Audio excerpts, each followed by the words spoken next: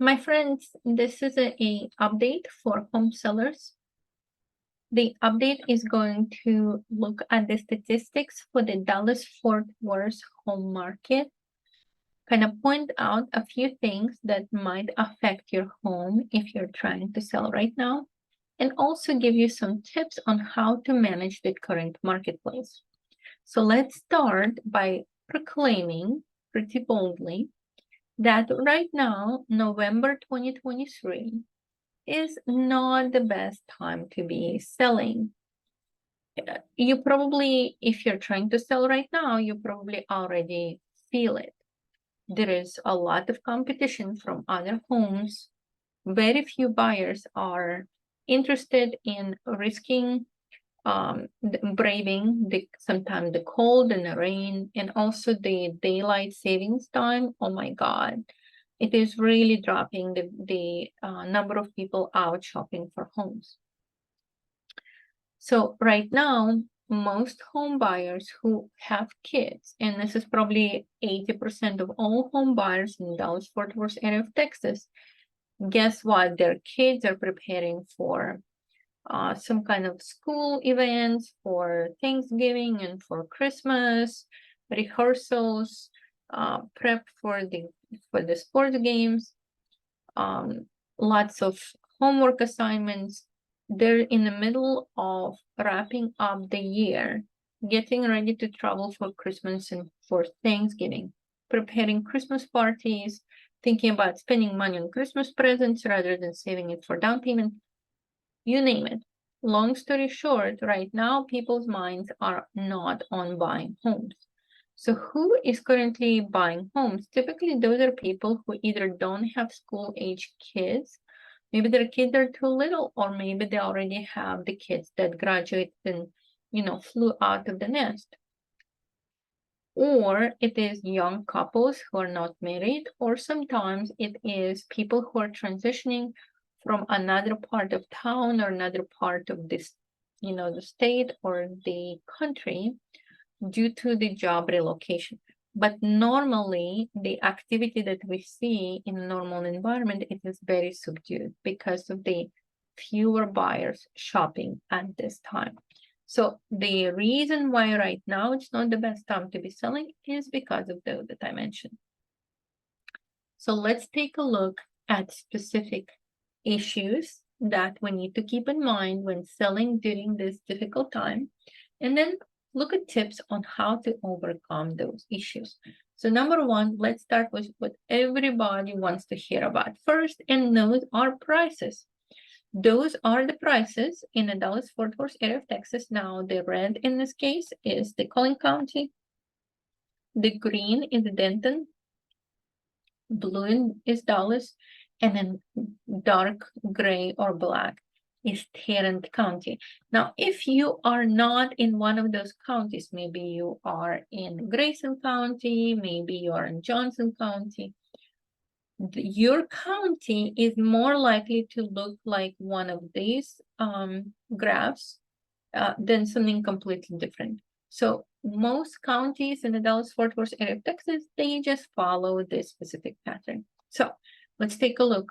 The prices are noticeably down from where they were. So the highest price for this year was in June 2023. So in June 2023, we had the peak of pricing for 2023.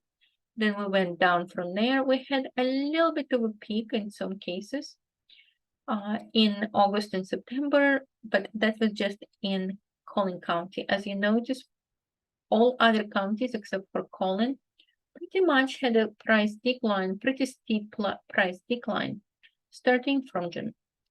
And right now, this decline is at the lowest point. Now, lowest point right now.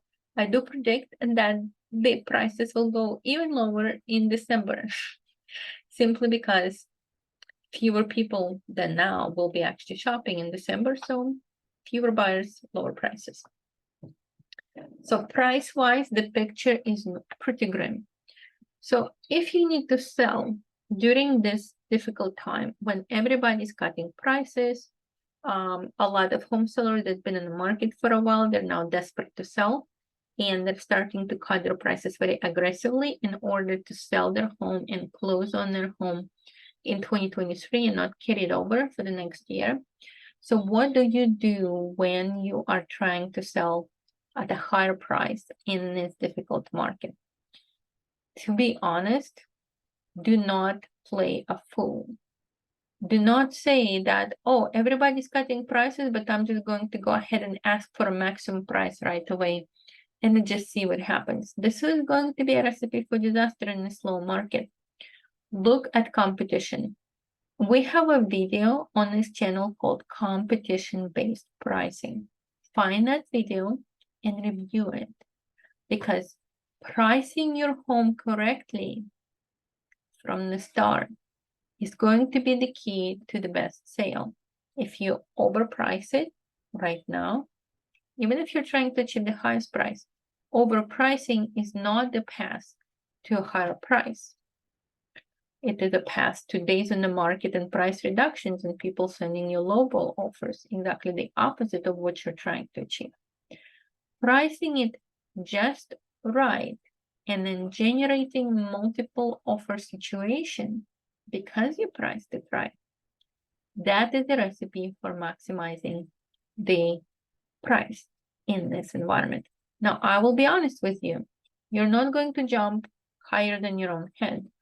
If you're here and you want to sell as if it was May 2022, there is very little chance that you will be able to jump from here to here. Why? Simply because miracles don't exist, and most likely, even if somebody did make you an offer that was significantly higher, just at this level, you probably wouldn't even be able to appraise to that offer. And what the buyer offers you and what the appraisal shows might have a big gap, and that gap might not be possible to close. So when you're thinking about selling at the maximum price potential, don't think maximum price potential of 2022, because that was in 2022. Think of the maximum price potential in the last 90 days, 100 days. That's more realistic to jump to. And then ask your realtor, what can we do? What strategies can we utilize to avoid long days in the market and to create a multiple offer situation? Okay, cool. Moving on. Inventory.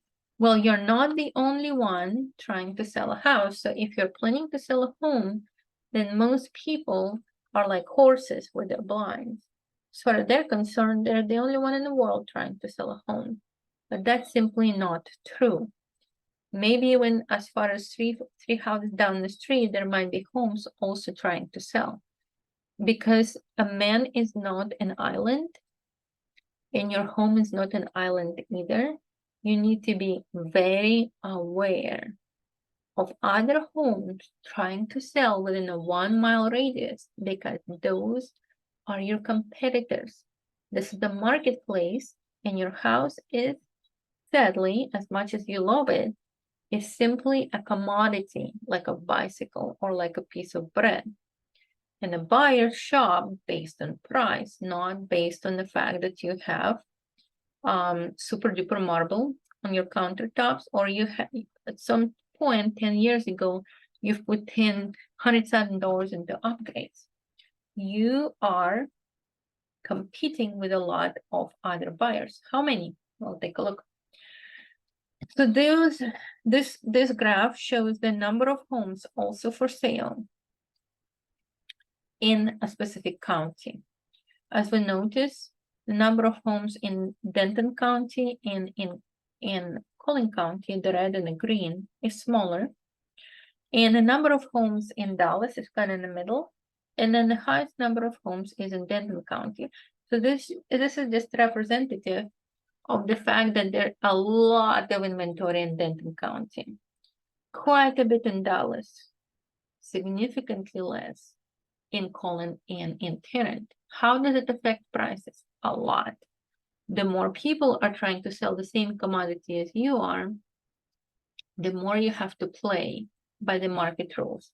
The fewer homes available for sale, the more every seller has a little bit more room to dictate his own prices. Make sense?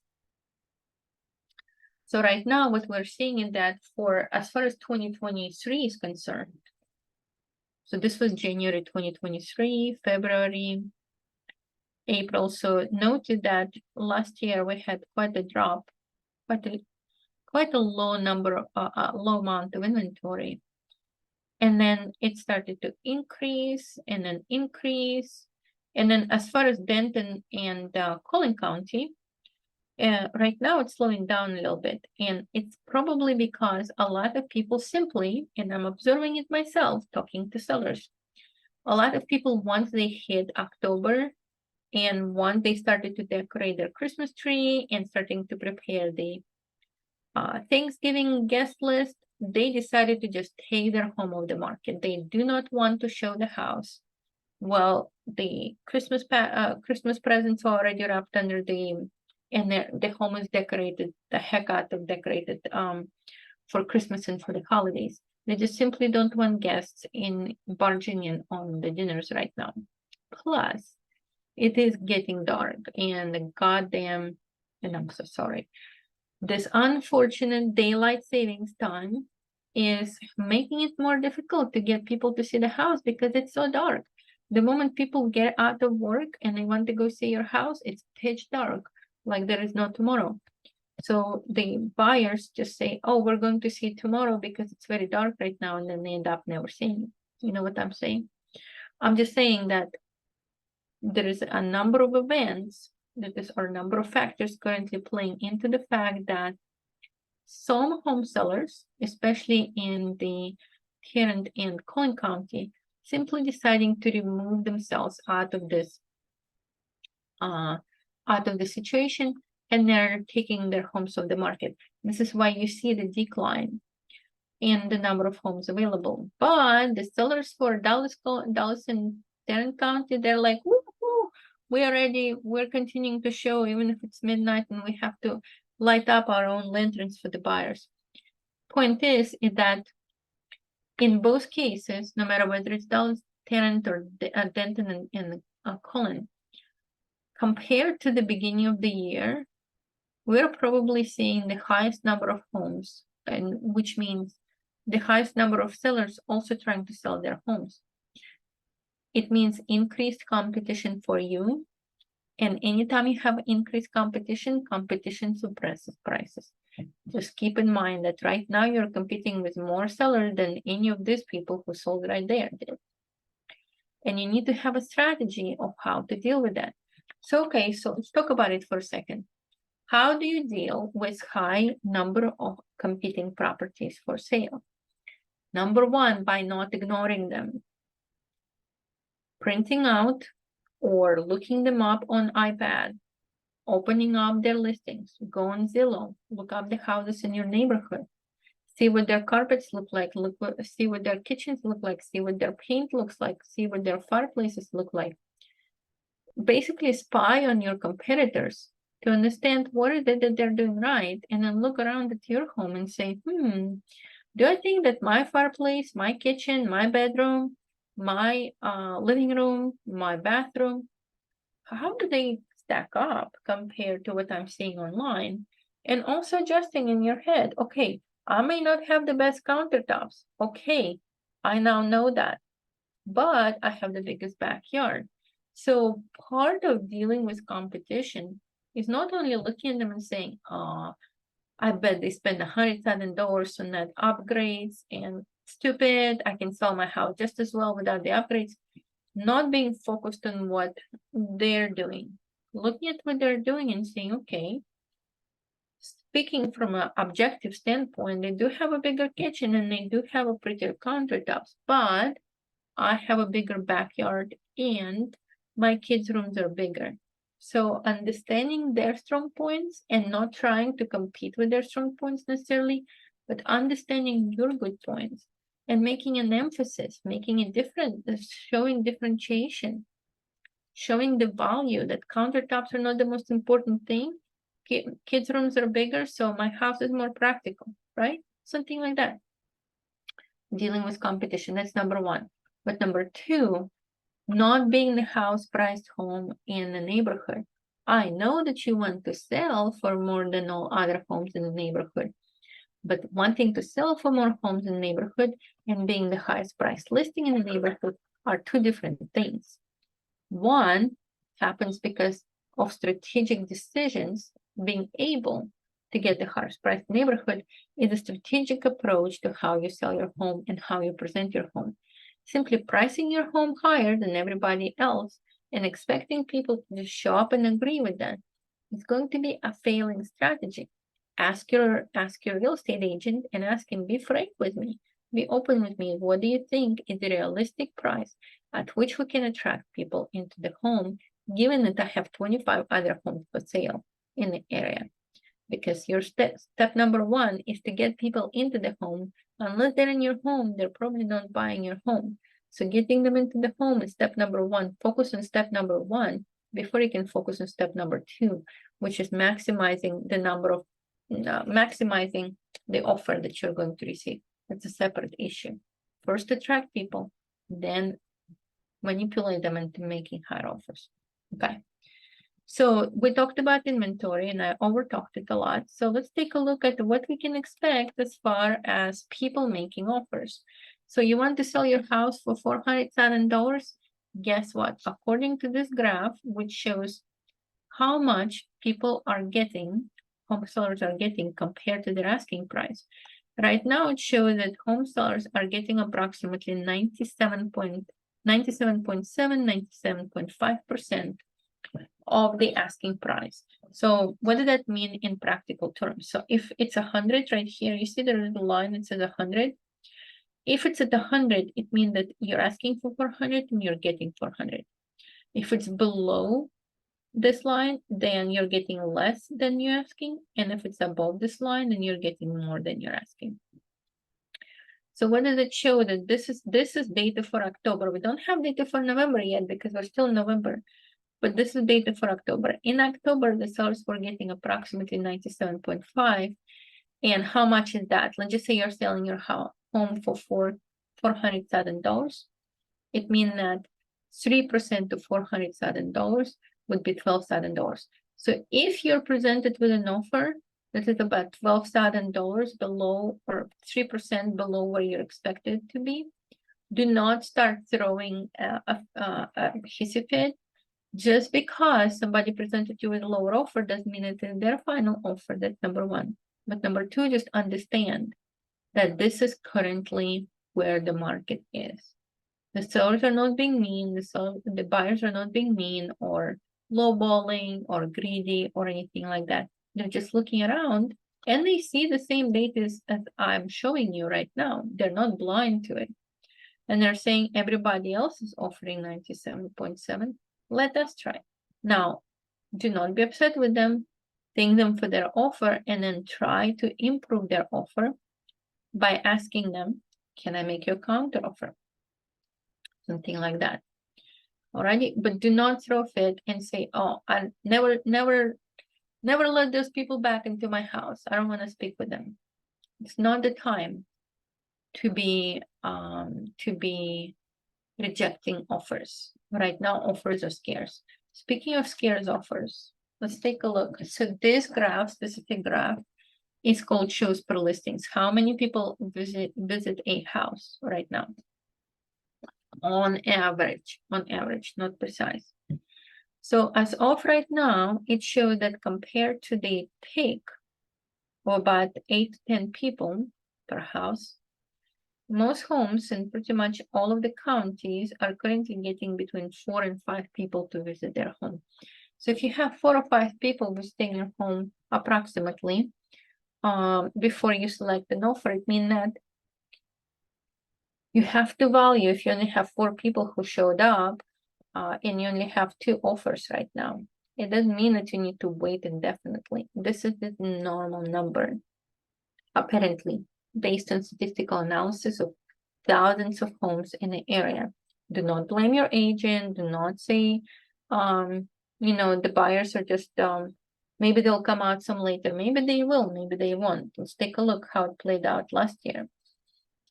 But the point is, right now, treat every buyer as a VIP buyer, because they're just that many of them, for the reason that I explained at the beginning. The holidays, the school, the sports, the bad weather, the daylight savings time, the Christmas preparations, you name it. Those people who came out are made an effort despite all of that to come out. So do not treat them lightly. And then showings and days in the market. So days in the market, this graph shows a statistic called days in the market. Days in the market is very important. It shows you approximately how long homes stay on the market doing showings before they go under a contract on average. So Dallas County seems to be the lowest at 15, and then everybody's about 21 to 22. So Dallas County is about 2 weeks, and everybody else is about 3 weeks. So if you've been in the market for longer than 3 weeks, then you are outside of this curve right now. And that means that your listing, your sale is currently going in the wrong direction. You're outside of the curve on the bad side. If that is happening to you, feel free. So this is the service that I provide, completely free at my own spare time, pro bono. Is quite a few people would call me and say, hey, my home is not selling right now. I have tried this. I have tried this. We have cut the price 2 times. We're still not getting any offers. If you feel like you're stuck and you don't know what else to do, and your own agent is out of ideas right now, there is going to be a contact information for me. Shoot me an email or call me and say, okay, this is my situation. What do you think I could do? So I am a part of a team at my company, and we rescue owners, people who've been stuck in not able to sell for one reason or another, people who are constantly getting lowball offers. They call us, we look at their homes, and then we start to correct their strategy. Very often it is pictures, very often it is the way that the house is described, very often the way that the showings are conducted. There is always a reason why people are on the negative side of the curve. So if you feel like for some reason you're not getting the traction that you expected to get with your listing, with your sale, call us or call me, give me the address, and about several hours later, I will call you and I will give you a breakdown of things that I believe are currently kind of slowing you down, and maybe even harming your sale, and then make a few suggestions. Again, completely pro bono. I just do it because, in my opinion, looking at data is fun, and I'm a geek. What can I say? So that is as far as this is as far as the days in the market. So if you're outside of that curve, now it's in the average. Some people take 3 days to sell, some people take 30. But if you're outside of that curve by a lot, that means things that you're not on the right track. I'll just leave it at that for now. Alrighty, how to help people to buy a home in case you do have a buyer. Okay, so right now, I think it's not a secret anymore that, oh my God, the buyers are feeling the pinch of the high interest rates. The high interest rates translate into humongous monthly payment. Let me just give you an example. Just ask yourself, what kind of monthly payment do I have now? And then be aware, right now, my buyers who just bought, their house was $347. Their monthly payment is $3,100 per month. I'm not kidding. $3,100 per month on a $347 home. Ask yourself, what would you do if your lender gave you a $3,100 a month bill for a $347 home? How would you feel about this market? How would you feel about the situation? This is how your buyers are feeling. Kind of feel their pain. So how? Now, you still need to sell your home. And you say, oh, I'm sure somebody is going to come by who is just fine with paying $3,100 or whatever it is amount for my home. That is true. But understanding their pain and making sometimes an effort to help them to bridge that gap between where they want to buy a house, they love your house, but they just don't have enough, maybe sometimes cash to close on your house, may still be possible without you losing a penny. There's many ways to do it. You can ask your agent, if you have an agent, how could you help your buyers buy the home, helping them out without you losing a penny in the process. There's many ways to do that. One, to buy down, cashback to buyers after you increased your price. So there's several ways to do it, but just be aware that you're not the only home for sale. So if there's 5 homes on the market, similar price, similar amount of space, approximately the same neighborhood, and one seller is helping his buyer to buy his home, and 2 others are not, guess who is going to sell first? And who is not going to sell? And who's going to sit in the market?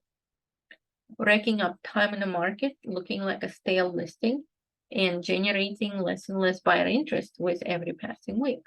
So understanding that there are tools that help you to help your buyer, if that buyer is in love with your home, to overcome whatever difficulty that are holding them back right now, be it very high monthly payment. The cure for that is one, to buy down toward their interest rate, inability to have funds to close. Talk about you potentially helping them with the funds to close in return for them making a higher offer in your home. It's like multiple ways to skin a cat.